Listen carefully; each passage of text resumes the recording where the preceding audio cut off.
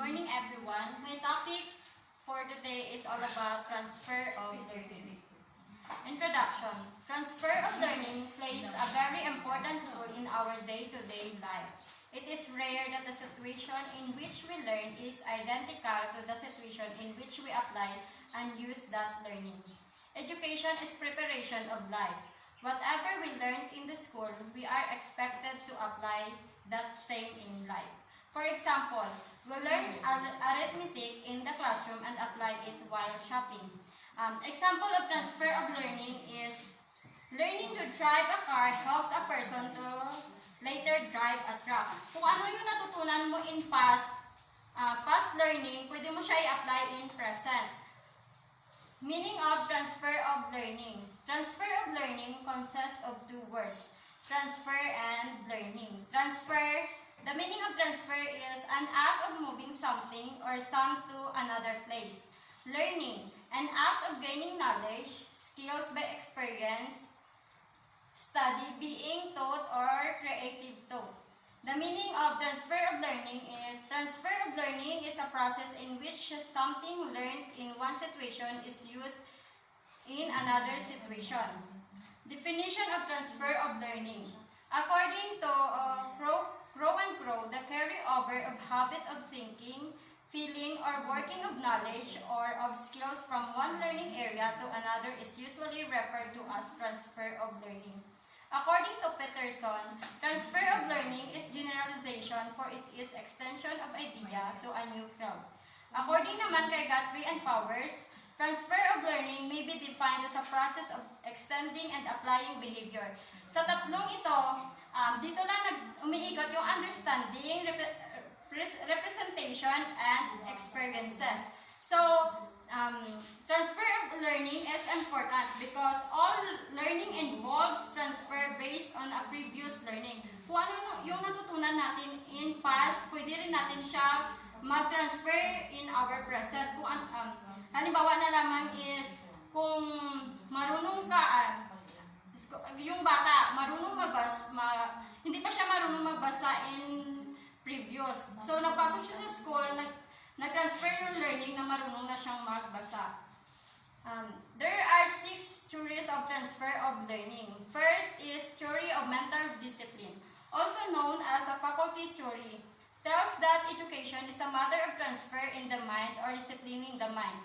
Today, this theory of transfer is unpopular with the most psychologists and professional educators. So, yung mental of discipline, ito yung sa mind natin. When we say faculty, ito yung mind. Next theory is theory of identical elements. When we say identical is yung being the same or similarity. Was formulated by Thorndike. Maintains that the amount of transfer depends upon the identical elements that are common in both situations.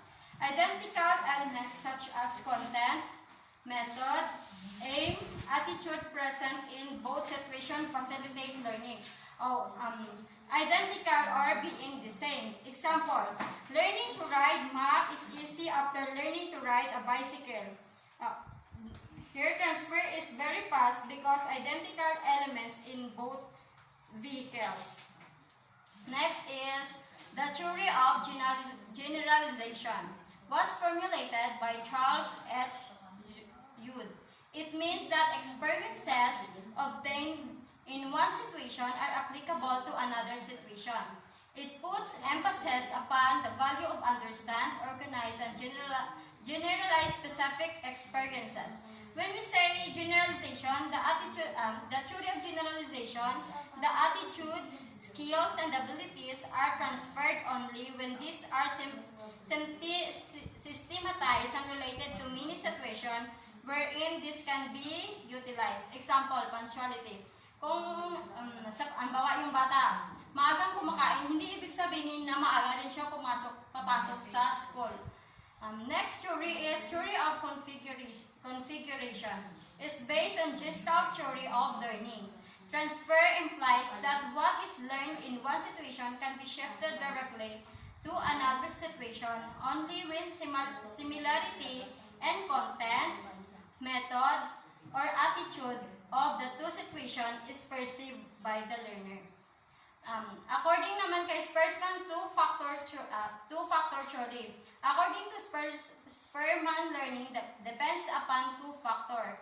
The G or general factor and the S or specific factor. The G factor is used in every activity. Ang S naman ay S factor is used to certain specific activity. When we say G factor, it is used in every activity life. It is universal inborn ability. Ang S factor na naman is it is learned and acquired in the environment. It varies from activity to activity in the same individual. Next is the theory of ideas. The theory was put forward by Bagley. He believed that ideas are deeper than generalization. His ideas are the basis of transfer. Ideas, once adopted, are applicable to all situations. Ideas like thirst for knowledge, spirit of inquiry, and love for wisdom are transferable from one subject to another.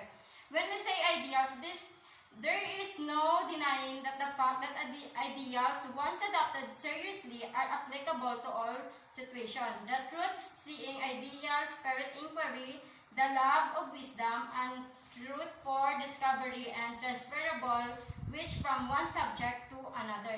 Dito napapaloob ang ideas, yung mga wisdom, yung mga attitude, yung mga situation, truth-seeking, and the spirit inquiry. That's all my report about the transfer of learning. Thank you.